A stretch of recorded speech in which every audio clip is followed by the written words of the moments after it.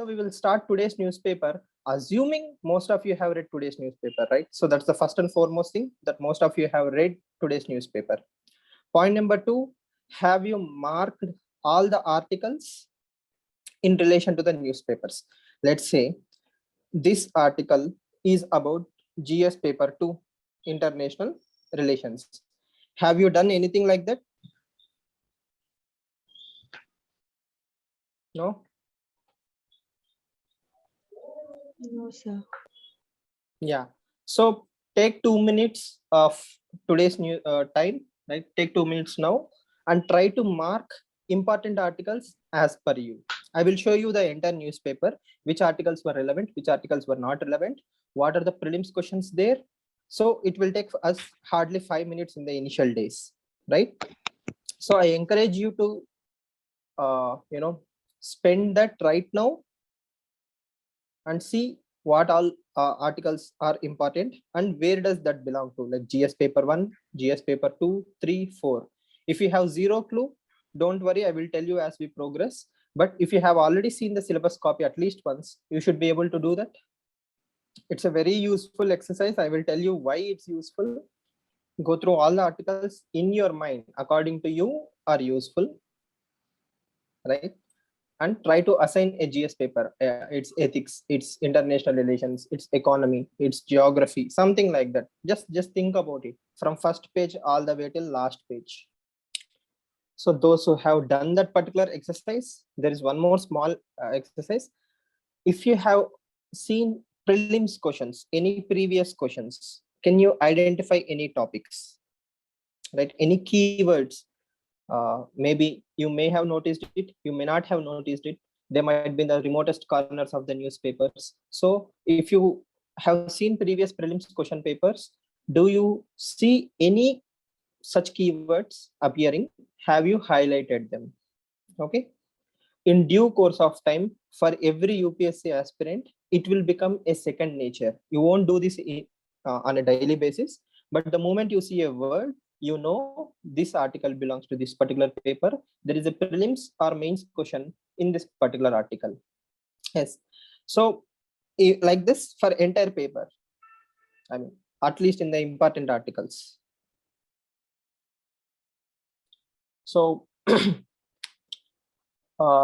prerequisite for reading newspaper is knowing previous prelims and mains questions at least from last 6 to 7 years. 2014-13 to 2020-20 prelims and mains questions should be on your fingertips. The moment you see a topic, you should know whether it's useful, yes or no. Okay.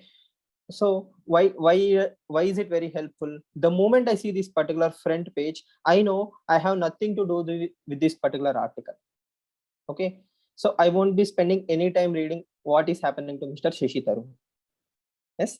Then when I see this particular article, I know yesterday I have told you this is a slow burn article. That means it will take a long time.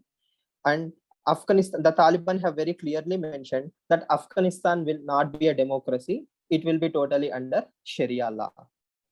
Now, the thing is, in international page or world page in today's Hindu itself, China has put a condition that we will negotiate with Taliban only when there is a legitimate government. So these two statements are contradictory to each other. Yes. And how is it going to benefit or affect India? That is something what we call as analysis. We will discuss it in a while. This article can be linked to two papers. One is GS paper 1 and the other one is GS paper 2. Why 2? Obviously, it's a Supreme Court's intervention. That is what we call as judicial intervention, right? Whereas GS paper 1 is about society. Indian society is more or less a patriarchal society. That means it's a male dominated society. So it's more about a mindset that women are not capable, right? So there are logistical arguments like till now there was no need or women are not allowed, but Supreme Court, being very progressive, gave a judgment which is allowing women candidates to take National Defense Academy exams, right? So this is something we are seeing in recent terms. either in army or in police, reforms are taking place and more women are being allowed. So that breaks all the stereotypes in the society. In that sense, it is linked to society. At the same time, progressive judgment by Supreme Court. Yes. In IPS, we have seen many women officers being selected. They're heading. Sardar Vallabhbhai Patel Academy had a female officer as a head. BSF is having a female officer as a head. Women IPS officers are heading the topmost posts in many places. So it is slowly coming into the army and defense sector as well. Right. Okay. This article again is GS paper 2. Why GS paper 2? Sedition, as I think Bhaskar was mentioning. So what is sedition? Does anyone know which article of Constitution is related to sedition? Sir, is it 124? Santosh, can you please mute? Sir, is it Article 124? Okay. So I deliberately misled all of you by using the word Article 124, right? It's a Section 124. Articles are linked to Constitution. Sections are related to acts. It is Okay, Indian so- Penal Code, Article A. 124. Yes. Thank you. So I mean, what I wanted to tell you is we can learn small things like Section 124A of CRPC or Indian Penal Code. Anything will be sections. Articles are specially used for constitution related things, right? So I'm just giving you a brief understanding. And for mains perspective, right? So it's a very important topic because recently Supreme Court has given a judgment by saying sedition is being misused by executive. So as all of you know, there are three pillars of democracy, or three pillars in democracy. What are they? Legislature, executive, and judiciary. Legislature means parliament, executive means the people who implement the laws, and judiciary is the body which decides whether these two things are doing everything according to the constitution or not. So in this case, police officers booking each and every person under a sedition case has in the recent times increased. So let's say I posted something against Mamata Banerjee in Facebook. So Mamata Banerjee sent police officers to arrest me. Then Supreme Court will come and say, okay, so whatever he has said is within the limits of constitutional boundaries. So that is his freedom of expression, which is nothing but fundamental right? So in that sense, I'm free to say whatever I want to say against Mamata Banerjee without actually attacking her personally, which will become defamation case, right? So in this case, what is sedition is all you need to know for brief understanding sake. So in this sense, I hope you are understanding, right? We will move on quickly. Now I will come to the other articles. So that is just the gist on how you link each and everything to GS papers. Now, the most important section and the most important article in today's newspaper is the significance of no data. So what do you mean by there is no data? How many of you think you understood this particular article? I think so. Okay, fine. Right.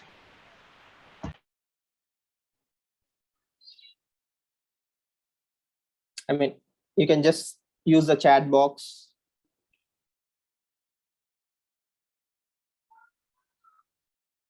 You can unmute. So let's say if I ask Bhaskar, so dear Bhaskar, what is the 1 or 2 lines summary that you have taken from this particular article? So if your brother or father or someone, anyone in the class will come to you and say, you are reading Hindu paper, right? So you have read this particular article by Seema Chisti. What is the 1 or 2 line summary? Or maximum within 30 seconds, can you summarize this article? So what will be your takeaway points? See, because reading is very easy. We all read, all of us are graduates. We can understand English. We don't need newspaper classes. But the thing is, what is mentioned, what is not mentioned, right? And how do I use that for UPSC? That is even more important. So when someone comes and says summarize, that is where your talents come out. So that is nothing but UPSC giving the word limit 150 or 250 words. So what I'm trying to tell you is anybody can write Ramayana in a very lengthy fashion. But the real talent lies in telling Ramayana in 150 words without losing the essence. That is the very difficult thing. Yes or no? So just think about it. If somebody has to summarize the entire Ramayana in 250 words, what do you include? What do you don't include? Which character to be eliminated? Which character to be retained? Right? So how do I tell the story without losing the essence? So that is where the challenge lies. In the same way, whenever you read an article, you have more than ample data. You have a whole story about Afghanistan, but you have to summarize it within 150 to 250 words. So that is the talent. Yes. Right. Now, please understand, this is again our second class. You may have read this particular article. I will show you a different perspective to read this particular article in my own understanding. Right. So this is a one-page notes I have made for this particular article. I will be sharing it with you. I assume you have read this article. The first and most important line that came to my mind when I was reading this particular article is post-truth world. Okay, then a simple summary in one-line summary can be what gets measured gets improved, or what gets measured gets managed.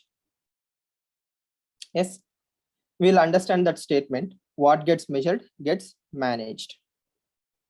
Now, she is criticizing that government of India does not have data about labor, vaccine, essential drugs, death of frontline workers, or facial data usage. So why criticizing government is not a wrong thing, and what is the constructive criticism? Yesterday I told you, right? We have to criticize, but constructively. Let's imagine this is a particular district. We call it as a district A. Yes. When COVID is happening, you are the collector of that particular district in district A. Okay, sounds good, right? Being district collector. Okay, you have to work very hard to reach there. Okay. Now, a MP calls you and say, in your district, cases are increasing. What are the steps that you are going to take? You will say, sir, I am going to test them rapidly. I will control it. I will bring everything under control. Don't worry. But in reality, a district is, let's say, 40 lakh people. How do you control 40 lakh people? People don't wear masks. There might be some remote areas, a hilly area, a forest area, a tribal area, an area with minorities who are having less literacy. Right? There might be many problems. So unless you know which part of your district is the reason for high number of cases, probably this forest area is actually the reason why your cases are increasing. Without empirical data, that means without having accurate data, you cannot fulfill your promise. So what gets measured gets managed. That means if I know these three reasons, the tribal area, the minority area, and the forest area are the exact reasons why my district is not doing well, then next time I will develop hospitals there. I will send more oxygen cylinders there. Right? So the moment the third wave is approaching, I will make sure these areas are treated first, are handled first, then the rest of the district. So that is what means by data. Okay, the more data you have, the better your life as a policy maker. Yes. Next, the same is for migrant labor data. Why migrant labor data? I have to send them direct benefit transfer. Pradhan Mantri Garib Kalyan Yojana. Prime Minister promised 5,000 rupees or 2,000 rupees to every migrant labor who is going from district A to his rural area. So how will I give him money? I need to have a database, right? In the long run, everything that she is mentioning will only make the system better. Let's say, God forbid, there is a fourth wave of corona. People won't be running behind Remdesivir and other vaccines, right? 1.5 lakh per 4 doses. That is the black marketing that has been done in essential drugs. So if I know how many drugs are needed in this particular country, how many hospitals have them, what is the exact stock, etc., etc., as a drug control agency from the central government of India. I will manage who is black marketing the drugs, where is it getting bottlenecked. I know there are 10 lakh drugs in the country, but people are saying there are shortage. That means somebody is holding somewhere. I can do that only when I have this number, right? Like this way, each and every data will make you, the policy maker, a better administrator. It will make you efficient and effective. Are we clear on the point? What gets measured gets managed? Yes, sir. Yes. Now, Yes, sir. now that is clear, we will also look at this article from stakeholders' point of view. Who are the stakeholders? This is a very useful term for your GS paper 4 ethics. That means when you read an article or a situation, who are all involved, right? So when Seema Chishti is talking about accountability, transparency, and all these things, she is talking about democracy. Democracy is the first actor here. Next, the citizens, then the government, then the politicians. Now, the problem with layman means people who are not aware but have opinion about everything. Basically, the people at the tea shops or auto drivers. Normally speaking, I'm not insulting them. So they tend to assume that Prime Minister Modi is equal to Government of India, right? And Government of India is equal to India, right? This is very wrong assumption or understanding of democracy. Okay, we the people, all of us, you, me, the auto drivers, everyone gave power to Constitution, and the Constitution is giving power to all these people, right? So we the people are first and everybody else is working for us. So they are the public servants. That is the term public and servant, right? Now, here we have to understand, as a politician, my first and most important role is to stay in power. Okay, so you cannot blame me for manipulating data. That is why there is a very powerful quote, right? Lies, damn lies, and statistics. There is lie, there is bigger lie, there is even bigger lie, that is statistics. Okay, so I can say 35% of the government schools have toilets. What is the reality? Let's say 30% of the government schools have toilets. So that is a progressive thing. Actually, 70% don't have. So it depends on how I am projecting the data, right? So that is why lies, damn lies, and statistics. So as someone, as a politician, I understand that very nicely. I want to manipulate data. I want to hide the data. So as long as you do it in a reasonable fashion, okay, it does not hurt the democracy. But when you do it beyond a particular point, it will hurt the institutions. It will hurt something called as institutional memory. So what is institutional memory? As I have mentioned above, if I know from 2011, there is no data in India to tell how many people are below poverty line. Okay, the last official Indian government below poverty line was done in 2011. That is 10 years ago, a decade ago. Okay, in 2022, after COVID, we don't know how many BPL people are there, right? So if I don't know how many BPL people are there, how am I going to help them? That is the first role of any government, right? To help the poorest of the poor. That is what is called as Gandhiji's talisman, to wipe every tear from every eye, to help the last man in the line. So as a district collector, what is your ultimate job? To help the last remotest person, okay, in your district. That is your job. If you don't know that particular person, if you don't have data, you are going to hurt them. Why? It's a vicious cycle. If X is poor, his son will also be poor. He will be malnourished. He will be stunted. He will be weak.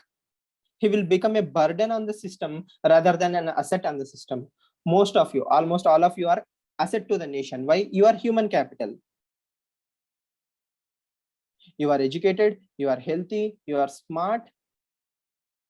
I sincerely hope so, right? So you are smart. So all of these things will add to the nation. You will make India better India. But if you are malnourished, stunted, poor, always depending on the government money, you are a burden on the system, right? So that is why we need to have more and more institutional memory. The more data institutions have, the better they will help the system. Next, one more player in this scenario is you, again, the citizen. Information is the wealth or oil of 21st century. The more information I have, the better I will vote, the better I will demand. Simple example. You are a 65-year-old person, right? You are supposed to get certain amount of money from the government of India. You know that, you have that information, but that money is not deposited in your bank account.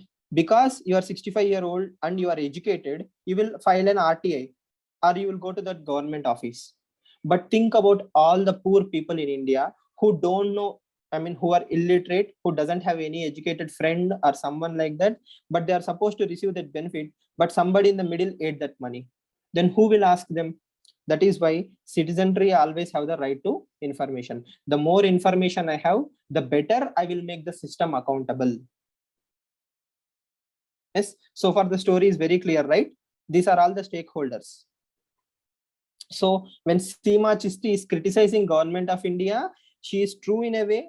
At the same time, saying that politicians manipulate data, see, that is their job. Okay, I'm not defending them, but I'm saying you should not be surprised when they do that. All governments do. Earlier, what used to happen is CBI or some police officer is supposed to give an affidavit in the court. Overnight, files are burned. There is a fire accident in the old government office. All the old files are destroyed. Sorry, sir, I cannot prove anything. So that is one way of manipulating data. So that is old. Now it's a digital technology. You know that once the data is registered, it cannot be destroyed. You are saying no data. I haven't collected the data. Yes. Now, so if you are not part of the solution, you are part of the problem, right? So what can you do as a smart, intellectual, young graduate of India? You came to know that government is not collecting, or government is saying not having data. So how will you make government accountable? What will you do so that government will start collecting data?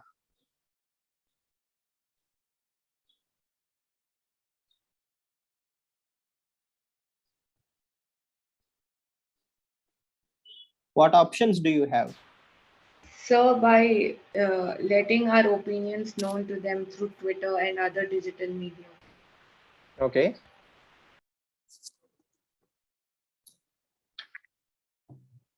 So social media is one option. That is according to Pratyush, I think.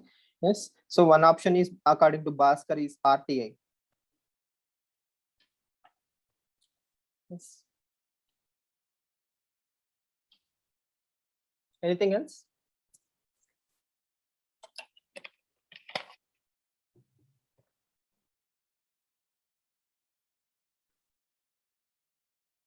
Online surveys.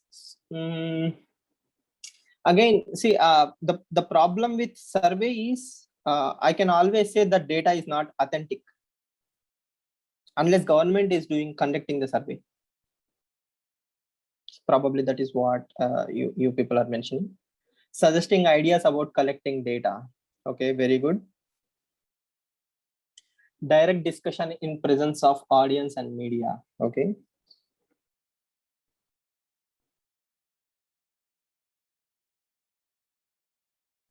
Letting know the ground situation, surprise visit to check the accuracy. Okay. Good. All good points. Collective work from small areas. So this is how you interlink, right? What most of your suggestions fall under what we call as civil society activism. So we are using technology, we are using our networks, we are using our power to convey to the government that there is some problem. Apart from this, we have something called as public interest litigation, where we approach Supreme Court saying that I don't have data our government does not have the most latest data of below poverty line. Please do something about it. Then Supreme Court will ask the government of India or Union of India, why you are not collecting data? Then government will say, we are forming a new committee. So in this way, it's a win-win scenario. Why? You went to Supreme Court as a civil society, you are making the executive work and you are bringing it into accountability. So sitting in the house, tweeting and sharing it, putting WhatsApp statuses is not going to change this country. If you want to change this country, you have to go out of your home and do some action. That is nothing but civil society activism. And it's not a wrong thing. Why? We all love India. I want my country to be better. So I am doing something about it apart from WhatsApp status. Again, some of you might be believing WhatsApp status is not a wrong thing. So you are entitled to your opinions. It's a free country. Yes. Are we clear on the accountability part? Why? Because we all need the better things for India. The more data we have, the more we can make the government work. And please remember, when we talk about government of India, we are talking about a force.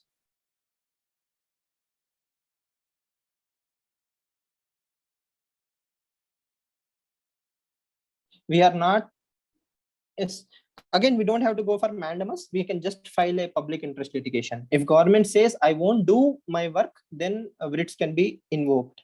Okay. So again, so please understand, government of India is like an elephant, elephant in an ant's colony. So my analogy may be bad, you may not understand it, but my intention is, government of India is like an elephant. It has unlimited power. Don't think about 1 rupee, 10 crores or 100 crores. If it wants 1 lakh crore also, it can get 1 lakh crores. If it wants smart people, it can hire 1500 smartest people on the planet. Okay, it does not have a limitation. The only limitation is will and intention. If it wants to make all the websites of India better overnight, it can hire all the best engineers in Google and pay them thrice. Okay, the only thing is will and intention. Again, I'm not saying we should do all these things. I'm just giving an example. Don't imagine India from your perspective. You are an individual, you don't know anyone, but think about government of India. All the IAS officers, IPS officers, IRS officers, and all the smartest people in the country are working for this particular force. That is why it is very, very strong. Are we clear? Yes. Okay. Now, I want to go a little bit more. Yes. I also want you to remember certain things. That is, quotes. Quotes are very, very powerful. And my favorite author is George Orwell. Okay, so George Orwell is like my all-time favorite. So he has written a novel called as 1984, An Animal Farm. Okay, so some of you might be lucky enough to read Animal Farm in your non-detail. So for marks, you might have read, or some of you might have enjoyed the reading. Anyone 1984? No, sir. No. Yes. Okay. So very good if you have read it. And I think the old students from my classes or someone might be getting bored. But the thing is, everybody should read 3 books in UPSC preparation. One is Sapiens by Yuval Noah Harari. The next one is 1984, and the third one is Animal Farm. Okay. So you might be wondering, sir, I am not finding time to read Lakshmikant. Where will I get time to read all these things? But once you start reading them, you will see the world in a whole new light. No, why is it important for our discussion? Because 2 things. Understand. I hope you are able to see what is in the screen, right?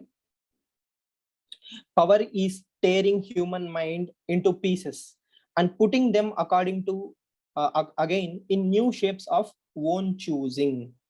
What does that mean? What is power?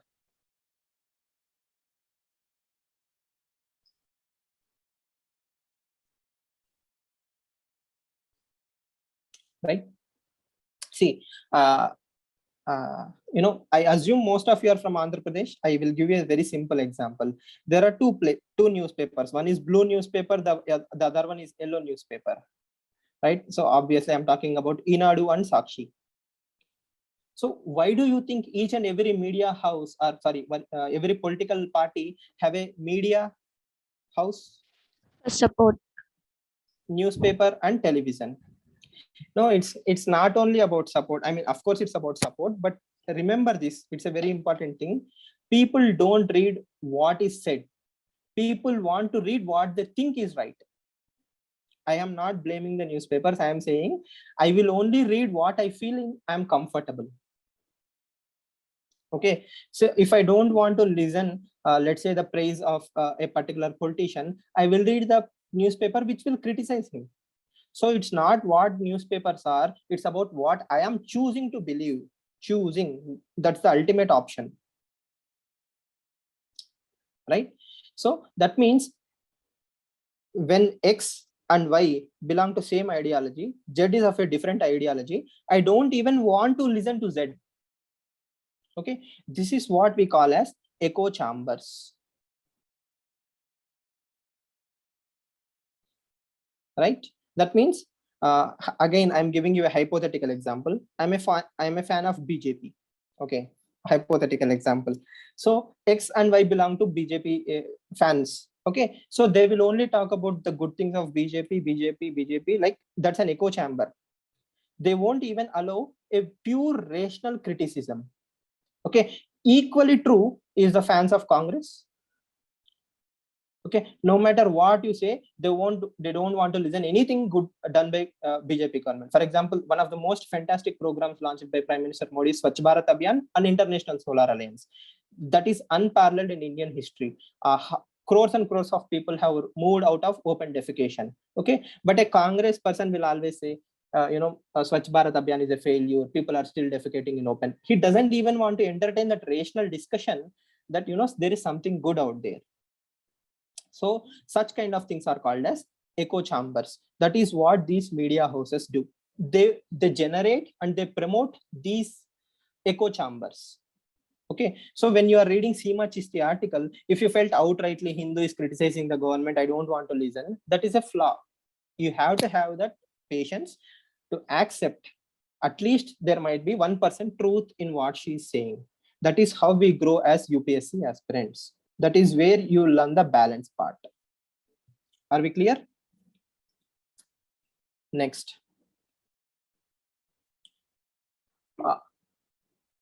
It's a very important thing. It is useful in your GS papers, ethics paper, in your entire UPSC preparation to understand the term called as post-truth world. What is post-truth world? See, Oxford Dictionary gave it as a word of the year in 2016, thanks to Donald Trump. Okay. So what is post-truth? I will prove it in a very simple fashion. Just now, whatever I have said is more or less post-truth. That means people are not bothered about facts. I mean, as a Congress fan or as a BJP fan, I don't want to discuss facts. I want to discuss emotions. Okay. When I discuss everything on the basis of emotions, irrespective of facts, the world that I'm creating is nothing but post-truth world. Okay, I will give a second to understand that particular definition. Post-truth world is relating to or donating to circumstances which objective facts are less influential. That means facts do not change anybody's mind. Okay, all I want to shape my opinion is about appeal to emotions and my personal beliefs. Right? So just before elections, if I go and say in India, the poverty line has increased, maternal mortality rate increased, stunting has increased, people will look at you like a crazy person. What are you talking? What is maternal mortality rate? I don't even have an idea. Right? What is institutional delivery? I don't care. If you talk to something about, if you go to Andhra Pradesh and say, I will give you a special category status, irrespective of fact that Finance Commission has abolished special category status, people will believe that something is going to create it out of thin air and the state will develop. So that's pure emotion, right? Facts have no place. Such things are called as post-truth world. So that is why 24/7 your social media, Instagram, Facebook, WhatsApp are bombarded with messages to drive home subtle messages. Are we clear? Anybody has still confusion about what is post-truth world? No, sir, it is clear. Okay, because it's a evergreen topic. 365 Sir, days. please Yes, repeat please. again. Which part? Post-truth All world. of it. Okay. See, very simple. Post-truth is if I say, you have to. Okay. Okay, we will take an example.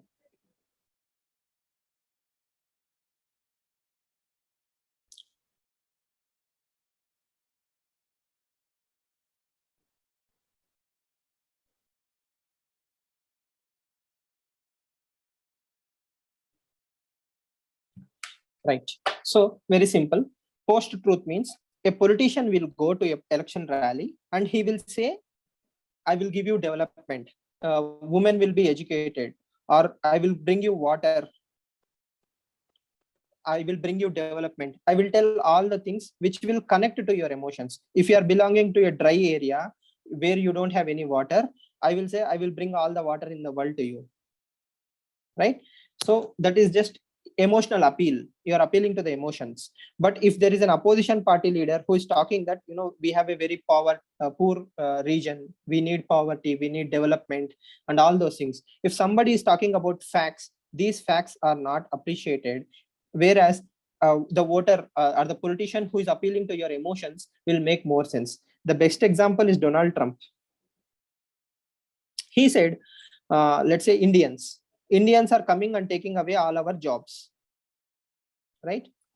So he said this, and all the white people, or at least the white folks in USA, said yes, Indians are coming, all the migrants are coming, Chinese are coming, and they are taking away our jobs. They were very angry and they voted Donald Trump into power. But in reality, fact-wise, every job that is created for India will create 3 jobs for Americans. Though they are small jobs, but more and more Americans are employed because an Indian got a software job, a Chinese person got a software job. This is fact. Okay, but what did voters of Donald Trump or fans of Donald Trump believe? That Donald Trump is saying something very true. Yes, all these people are coming and taking away our jobs. America is becoming weak. Make America great again. Right? So that is emotional appeal. Irrespective of fact, I will believe only what I want to believe. Yes. So post-truth world is very much happening throughout the world, not only in India. Each and every politician is capable of creating a post-truth world. Okay.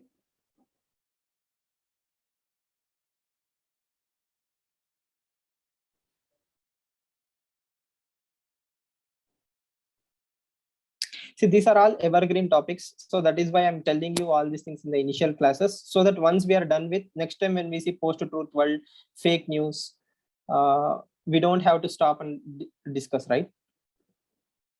Concept for the disciplines of shared objectives, standard from truth, and slippages between facts. Yes.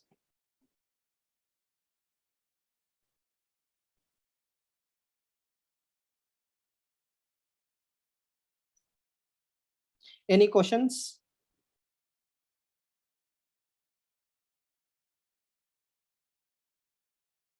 So what we are discussing is the role of fake news. Jana Gana Mana has been awarded as the best national anthem in the world by UNESCO.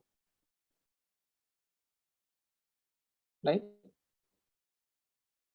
So that's a fake news. I'm sorry to burst your bubble, but that's a fake news, right? So why it is to promote? It was started as a misinformation campaigning, but it is leading to something called as nationalistic campaignings. Okay. Now I'm going back to the newspaper. Don't worry, as I have said, All this is to enhance your understanding. So when you read this article, have you seen all these terms? Did you connect the dots like this? If not, you are supposed to do this in 6 months down the line, and you will do that. Okay, each and every word she has used has a long-term meaning, a deeper understanding, and how it will make the country better. Yes. So it's very, very easy to say Hindu is a left-leaning newspaper. It will only criticize the government. But at the same time, it is equally important to understand the reading between the lines. Why it's very important to criticize governments, so that if somebody is willing to listen, we can only make India better. There will always be vested interests. See, from Kautilya time till present time, there will always be enemies both outside and inside India. That is not something new. With increasing capacities, we should be able to handle it better, not cry over it. Yes. Again, simply put, I will tell you like this. When someone says India press freedom index is falling down, or there is no press freedom in India, instead of saying that report is totally useless, the best thing to do is conduct a press conference the very next day.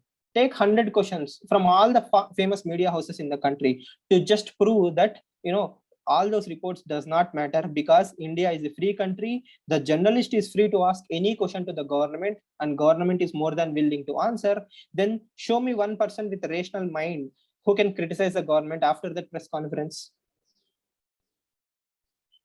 Yes. So that is how we get stronger as a democracy. Democracy always heals itself. Democracy learns from its own mistakes. Yes. Next.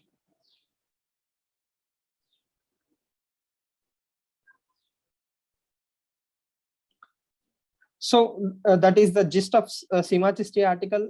I hope I have given you a perspective to look at these articles in a holistic manner. It will help you understand a lot more topics that are happening in the society. Yes. Next. This article is not very useful for UPSC. It's hardly 1 star. If you give 1 to 5 star rating, this is a 1-star article. It does not carry any weight in reality. All of us know nuclear weapons are deterrent. That means if I have a nuclear weapon, you have a nuclear weapon, we won't go to war. Right? So if China is having more nuclear weapons, India will also have nuclear weapons. Because China and India have nuclear weapons, Pakistan will have more nuclear weapons. So it's a rat race where no single country is in a position to use nuclear weapons. Right? So it's just a deterrent. It's a story we keep telling to ourselves. If I carry a bigger stick than the neighbor won't attack me. But in reality, where do we draw that line? How many nuclear weapons are enough to actually stop a nuclear attack? One missile is all we need to pollute the atmosphere forever, right? Create a very dangerous precedent. And we have more than enough nuclear weapons in the planet to destroy it multiple times. So nuclear weapons are not long-term solution. Nuclear weapons are no longer deterrent also. Pakistan and India have nuclear weapons. Still, we went for Kargil war. Cross-border terrorism is continuing. What we call as salami attack.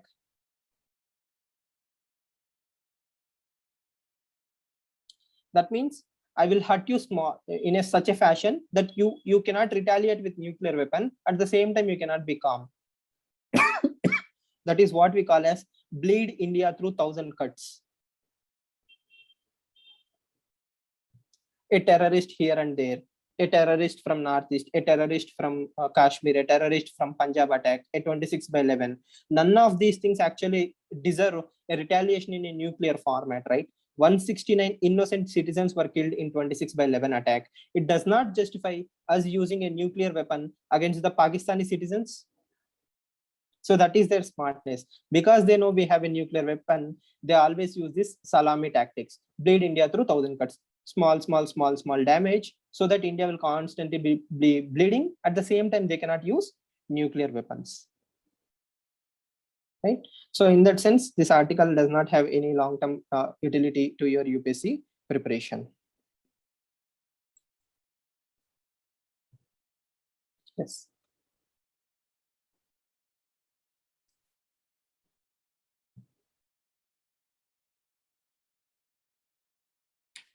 what can be said in 5 lines need not be elaborated into a lengthy article. Okay, India need better IPS officers, preferably women. If women are leading in charge, it will send a very positive message into the society in multiple ways, and we need better leaders at the top. So that is the summary of this article. Now, the only takeaway for you as a fresher to this particular article is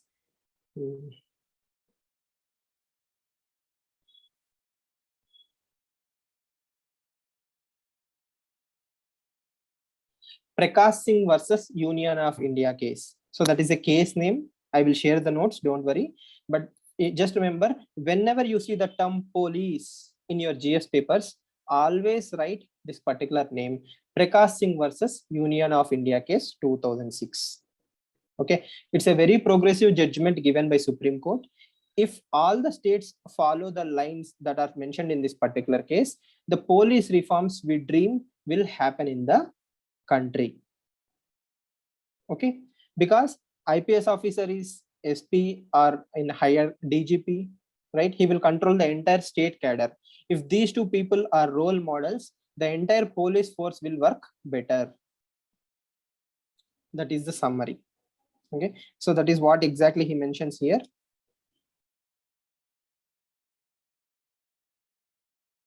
So this line is also mentioned in the Prakash Singh judgment. As a SP, you have unlimited control over all the police forces. You can make them sensitive. You can make them trained. Yes, so that's your responsibility. Now, just think about it. You must have read this particular article, right? Why we watch sports. So what is your takeaway?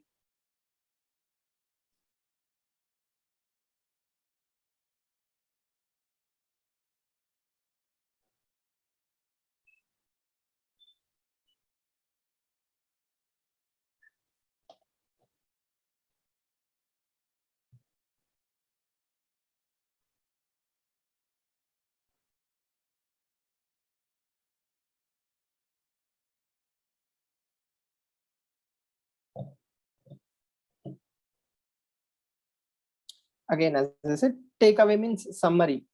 You can be wrong, you can be right. At least you should try. If you are afraid to open up in the class, at least in the mind, do that exercise. What is the summary?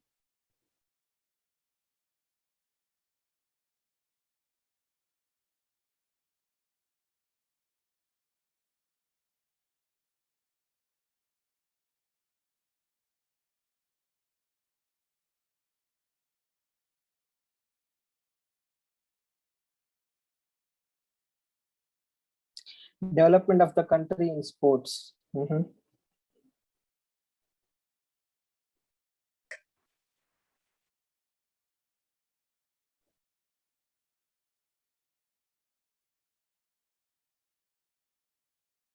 There will be no discrimination in any form. Okay, sports is being affected by all scenarios, political, cultural. Okay.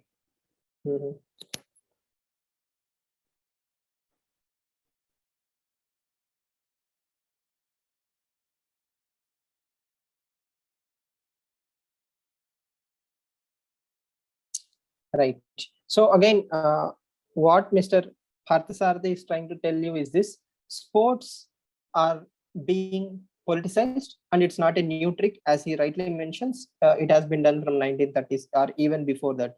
Sports have always been politicized or used for their own personal agenda. A politician wants to appear photo sports star who is recently in the news, right?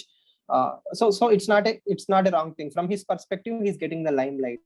In the same way, nationalism can be promoted. When Sachin Tendulkar scores a century or when Virat Kohli scores a century, the entire country is celebrating, joyous. So we are becoming one. So sports are a great unifying features. Nelson Mandela has used the same trick, right? So he unified the healing South African nation through Rugby World Cup, and South Africa won that Rugby World Cup, and the nation became one. So sports can be a great unifier. It brings all sections of the people together in a common platform.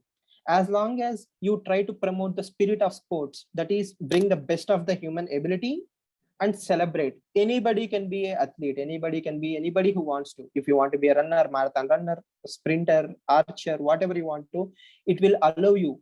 So the hockey players are from the tribal areas, from the Naxal areas. So it gives wings to the dreams of the remotest corners of the country. Sports have such unlimited potential, but the moment we introduce politics, money, our commercialization, we take away the core essence. We reduce it to our education system. You are a good student or a bad student. You are a failure or a pass. Right? You are either an IITer or you are a total failure in life. Right? So the summary here, what we should take away is sports have that unlimited potential to unite people. Right? It should be used only for unifying factor, and the spirit of sport is to encourage everybody to participate, not only medals. Okay, if you are winning medal, that is a bonus, but you are given points for trying. Right? So that should be the essence. Each and every student should be encouraged to play sports. Each and every community should be encouraged to play sports. We all will come together, and all the broken fault lines will be fixed. So politicizing sports is never a good idea. We have even seen worst of this country. Some people criticize that women hockey team did not win because some of them are Dalit. So there is no bottom line for our stupidity, right? So we bring our own prejudices, we bring our own human limitations, and think sports are also linked to caste, birth, DNA, RNA, all those things. But in reality, if you provide enough infrastructure and support, anybody can do wonders. So we need such kind of unifying forces in this country, not divisive forces. And remember the South African example. So that's a very good example for you to write in your essays and answer writing.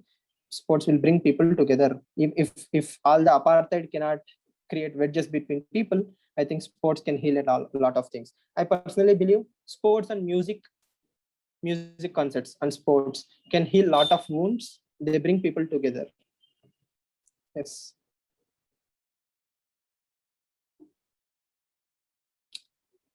Right. So I wanted to discuss one more article. Okay. So if you have time, again, I will share the notes. Please do read this particular article. This is about climate change. There are very good points for your prelims perspective. INDC, Intended National Determined Contributions. This part. This is an evergreen topic. I summarized it in 3 lines. You can read them. And you need to understand the terms like net zero and carbon neutrality. So, shall we continue the discussion tomorrow? Because I think you have one more class and you need some break also, 5 minutes. We will increase the speed. We will try to cover more articles. The more you learn, the quicker we can cover more topics. Because I cannot cover everything in the newspaper, I will share the notes.